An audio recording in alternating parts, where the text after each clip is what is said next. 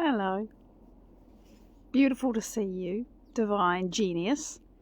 And lovely to be out here in the sunshine with you on this quite cold winter's day, but maybe it's colder inside the house than it is out. Anyway, my name is Oneness Evolving, and I'm out here in my garden because I'm waiting for this Facebook Live to go live and be shared out into groups.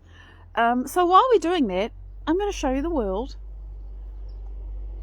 And, you can hear the sounds of my backyard. And you can see that my arborist has been and pruned the cherry tree. Hello, Mike. It's good to see you. Look at this. The cherry tree has been all tidied up. And the garden's had a bit of a spruce up. I can't show you the back garden because the Wi-Fi isn't good enough. But there's a lot of pruning being done there. And the most obvious thing here is that there's a gap now in here. Because this tree was slowly dying. You can see its stump. I've got to dig it out. But now that it's gone, there is just space. I'm going to back up slowly and you can see that really the whole garden works better. There's a cherry tree, there's some smaller things, there's a big magnolia and a smaller magnolia, and then there is the deutzia. And, it just looks good. So, and here is the mulching pile, and that is probably half, because there was a lot of pruning done up the back, and some of it not easy to mulch, and so I kept the stuff that's easy to mulch, and the rest of it got taken away to the green waste tip by my lovely arborist man. So, excuse me. So that's what's happening out here. And you can see the magnolia is getting all geared up for spring. It won't be long, and it'll be covered with flowers. And look at that fern, it's fabulous. And these cinerarias have done a little bit too well. You see, I've got some plants here, and I'm probably going to have to cut off a few of these leaves so they don't get smothered. Next year I'll put the cinerarias further forward. But this is the garden, and look, we've got some corydalis here. That's flowering. It's it's got this beautiful green feathery foliage and the little yellow flowers. And it just, I let it seed and run away and spread around the place because it's really easy to organise. If you don't want it, you just pull it out. And the cinerarias are starting. So the garden's going to get colourful again. And I've got to show you the violets. The violets that I really need to weed. They've got stuff growing in them that shouldn't be there. But they are beautiful and they smell really good. And there's a whole bunch of them underneath the mulching heap now that I've got to pull out and transplant. Anyway, that's the garden. So let's go inside. As soon as the little slow connection thing that keeps displaying for no good reason goes away, there we are. I can turn the camera around and let's go inside and we'll talk about what I've been writing today for God of Me. And if you don't know, God of Me is this project that I have, which is really, I think I'm writing a book or a website or both. Honestly, I don't know. But I am writing about the information that has allowed me to change my life and become a different person and actually create some new things in my life that, never mind that I didn't know how to do them. I just didn't know it was possible. And this information is so powerful and has been so useful to me. And I perceive that there are a lot of people around the world who just can't access it because they're really, really poor. Short answer. And so I don't know how it's all going to work, but I'm writing it for them, and I'm writing it for everybody who, for whatever reason, hasn't bumped into this information yet. There are lots of channels, and I'm just going to be another one. But that's what I'm doing. And so God of Me is about being my own God, being my own boss, being able to change myself, being able to make an impact in my life instead of just feeling like my life is happening to me. And for a long time, I did feel like my life was just happening to me. And I always had this feeling that there should be a button I could push or a lever that I could pull to make change in my life. And I could never find it. And that was painful. I can't tell you how painful. This feeling that something was missing and I couldn't find it. I didn't know how. And I didn't know how. And then in 2019, I connected with the work of Dr. Joe Dispenza, and that's been huge. I understand. And a lot of what I'm writing about on God of Me, and if you want to see what I'm writing about, if you want to hear me read each week what I write about, check me out on Patreon. My patrons get to hear me read what I write each week. And it's like 6 or 7 or 8 minutes for me to read it out, but you get to, I'm talking about it, but you actually get to hear it. And I know that I'm going to be developing tools. It's funny, I don't know what those are yet. This is a journey into the unknown for me, but right now I'm just doing the words. So, what I want to talk about, what I wrote about this week, is there was a piece that I mentioned last week that I haven't talked about, I haven't written. And what actually is the 95% of us that is unconscious? What is our unconscious mind, really? What's it made up out of? And I talk about the unconscious mind because the part of you that is listening to me is only 5% of you, right? We have conscious mind and we have an unconscious mind. And 5% of who we are is conscious and the rest we don't know about.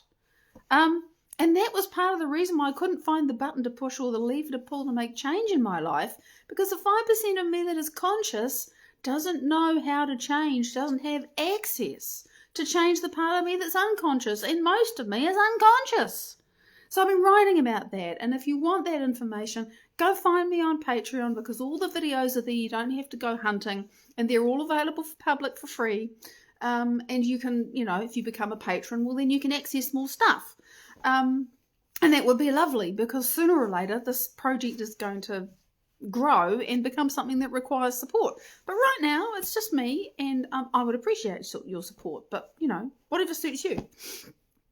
I'm not into the heavy pushing it. It'll just grow. If it's good, if it serves people, well, then it's normal, it's natural that stuff comes back, and that just seems to be the way that I have to operate. So what is our 95%? And I had to go back to one of Joe Dispenza's books because I know it, but I didn't know the labels. And so I went and looked it up, and I thought, oh, yes. And he lists them in a certain way and explains them a certain way, but this is me explaining them my way. So our 95% is everything that we don't think about. And there's an awful lot that we don't think about. And a really good example for just, like one of the things that is our unconscious is our behaviours.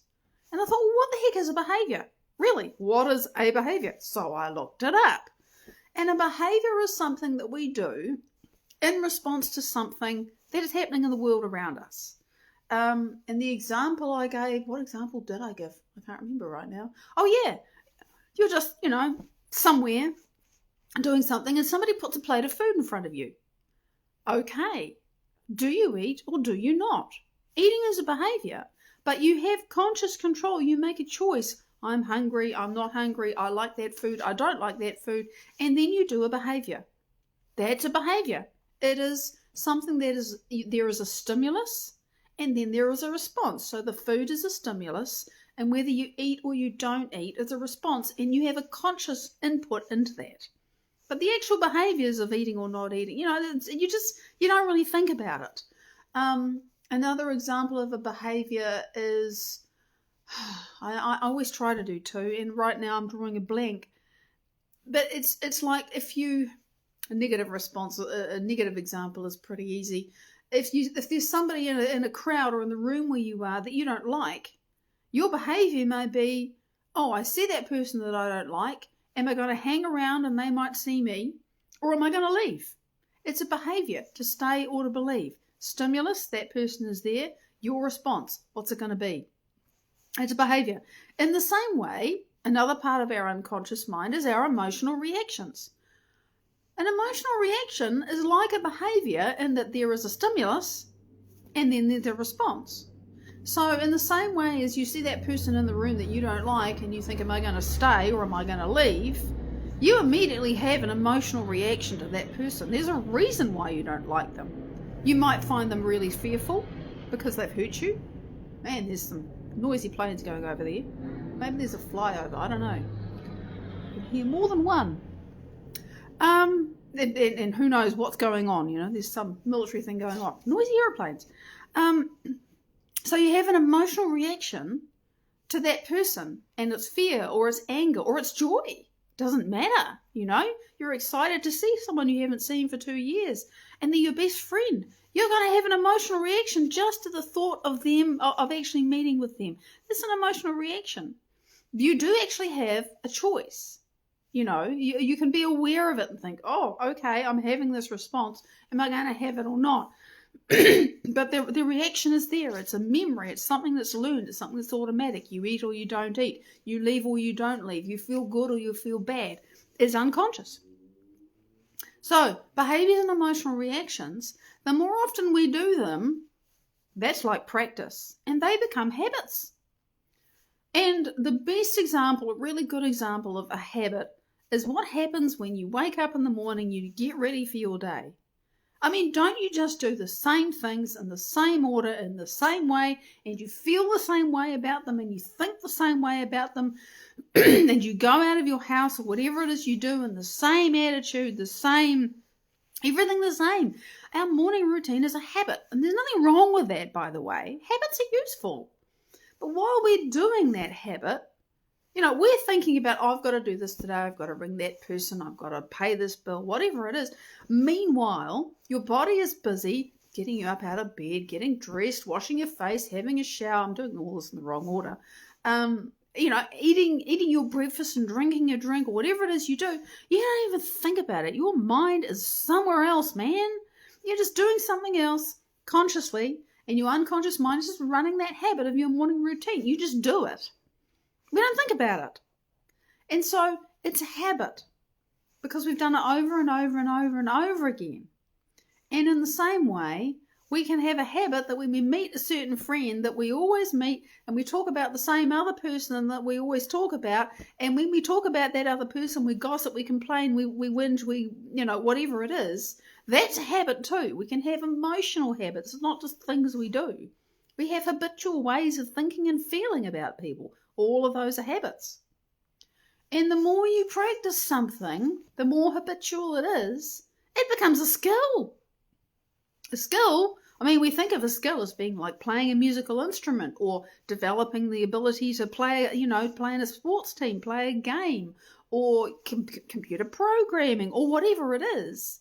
It's a skill, but it's a set of behaviours that you've done over and over, and you've thought the same thoughts, and you've had the same feelings because you feel a certain way about the skill that you have. People can be very skilled about something and actually hate doing it or love doing it. Behaviours go with emotions sooner or later. And it just becomes, it's something that you do effortlessly and automatically. You don't think about standing up, unless you have a disability, a physical disability. You don't think about standing up and walking around. You just stand up and walk because you have the skill, you have the habit, you have the behaviours, and you have the emotional reactions. All of those, you know what it is to walk. You don't think about it, you just do it. And you don't think about it when you meet your friend, you start gossiping about the other person. You just complain. Or there's a man I used to know. There was a time when I said hello to him and all he did was complain at me. It was a short interaction that time, thank goodness. I don't really like listening to people complain. But every word that came out of his mouth was a complaint. It was negative. He just complains a lot. And it's habitual. And he's completely unaware of the fact that all he does is whinge. It's habitual. Unconscious. 95%. It was about 85% of who he is, to my observation. It was kind of painful because I thought, oh my God, what's it like to be you, So, behaviours, emotional reactions, habits and skills. You can see how they add up. Now, there was another one, associative memories, and I thought, what is an associative memory? And this was, I understand what it is, but I hadn't actually looked up a definition. And this is actually pretty cool information. An associative memory, they're stored in the temporal lobes, by the way, at least in the left temporal lobe, I think. My neuroscience is pretty thin. But an associative memory associates one thing with another that wouldn't normally be connected. And, hands and fingers, they pretty much go together, right? That's logical. But if you imagine that you're an alien and you've never been on Earth before, the concept of fire and the concept of hot are not connected. You can be an alien and look at the fire and think, oh, there's that glowing thing, it's orange and it's moving and it seems to be consuming something that it's coming from. But, you're looking at it from a distance. You don't know that it's hot until you walk up to it and go, oh, I better not put my hand in that. Or, the first time that you sit around a campfire and go, oh, this is nice. And then you're cooking your food on the campfire and you burn yourself. Now, as well as associating fire with heat and with cooking, you also associate it with pain. Right? Associative memories. In the same way that shoes go with feet. But, if you're a prehistoric Neanderthal man, shoes don't go with feet. There's no connection between shoes and feet. What's shoe? And the other one, which is so basic that none of us would ever think about it, the idea, and there are many people who will think this is ridiculous. We do not get born associating the idea of this oblong thing that's got a screen on it that has, designs and you tap it and things move on it and whatever, with making a call to a friend on the other side of the world. It's not until you pick up a phone and dial the number and actually hear your friend on the other side of the world that you know is there and they're coming out of the speaker in your ear, and you might have been 3 if you're young enough the first time that happened, that you associate that rectangular thing with hearing your friend who's on the other side of the planet. It's not actually natural or normal for us to know that. We have to have an experience and put those things together in our brain. That has to make a neurological connection to make that associative memory. I found that really interesting. It's like, I have been in my body for long enough that I remember the first time, because I have a couple of sisters and there's 2 of them, they're older than me, and the middle one was overseas in Okinawa. And when I was that small, toll calls, as they used to be called, were very expensive. And we had a toll call with my sister in Okinawa, which, and it was like we didn't talk for long because it was very expensive. And I remember that, and it was like, oh my God, you can speak to a country that isn't New Zealand. It was just really foreign and unfamiliar to me. It was a concept, it was an idea, but I hadn't had an experience of it. So associative memories, important things. We hook things together. All of that's in our unconscious mind. Nobody who's had a cell phone for any length of time thinks twice about picking it up and making a call. We just know that. We don't think about it. We don't think, oh, can I pick that thing up and make a phone call with it? No, it's an associative memory. It's unconscious. It's normal. Shoes go with feet. Sofa goes with sitting down and relaxing. Bed goes with sheets. All of those things are associative memories. So, now the piece that I'm still in the middle of explaining, because all of this I'm trying to do just succinctly and with examples, is attitudes, beliefs, and perceptions. I thought, well, what's an attitude? I mean, we all say, oh, they got an attitude. But attitude is just how you commonly think and feel about something. You can have a good attitude one day and a bad attitude the next. But most often, we tend to have the same attitude to the same things or people or situations or whatever it is in our life. And so, let's say that you have a job that you really enjoy. You have a good attitude to your job. You like to go there. You do your best. You show up. You do your best work and you feel satisfied about it. And, that's hunky-dory.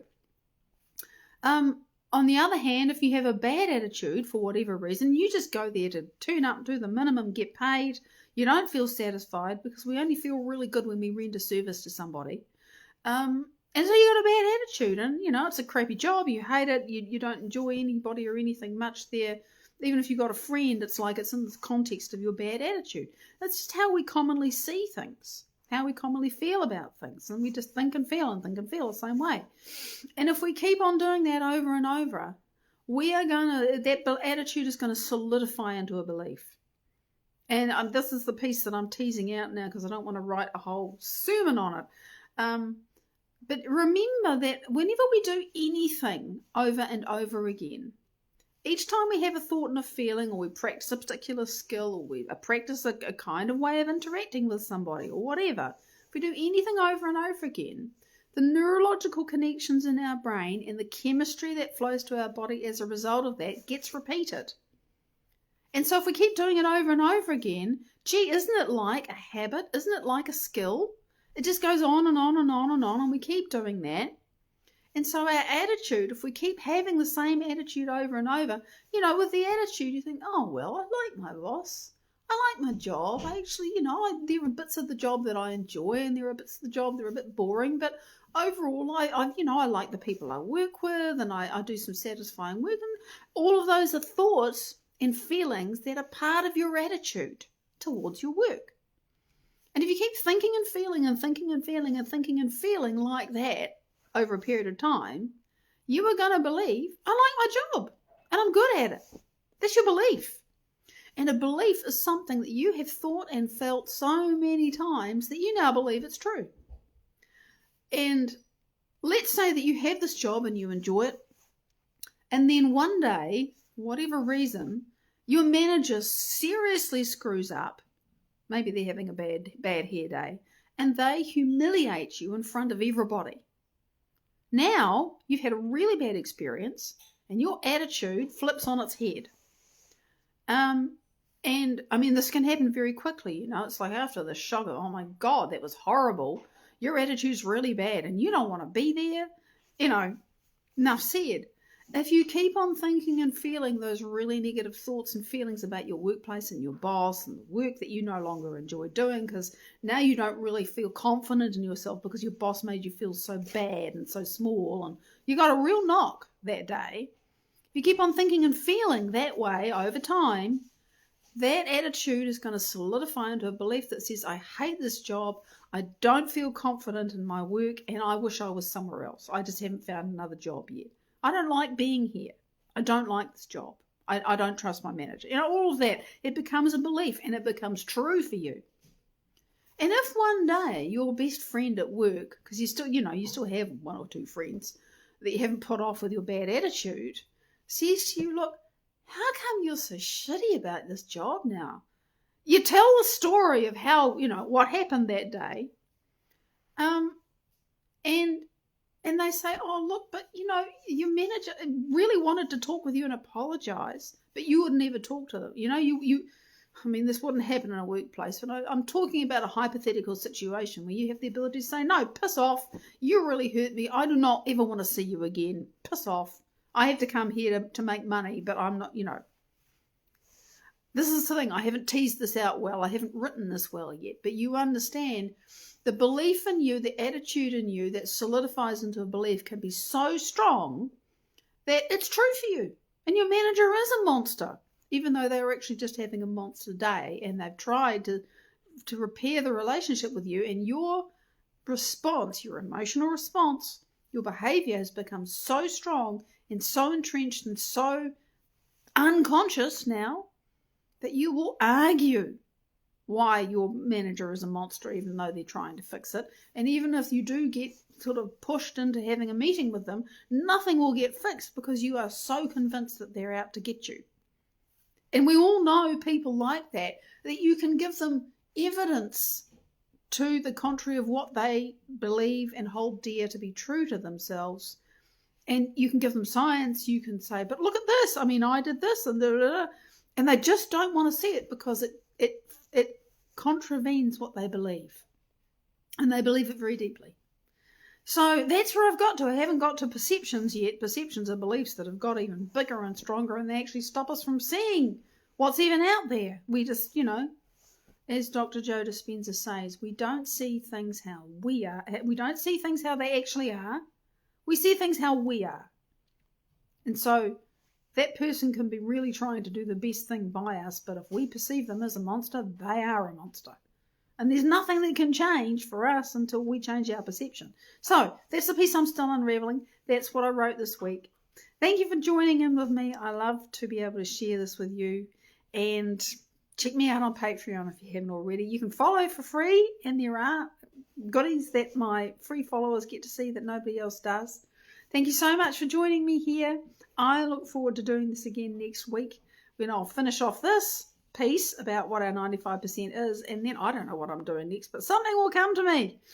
I'll be on to the next big chunk, and that'll be exciting. So until then, lots of love, and thanks for watching. Bye-bye.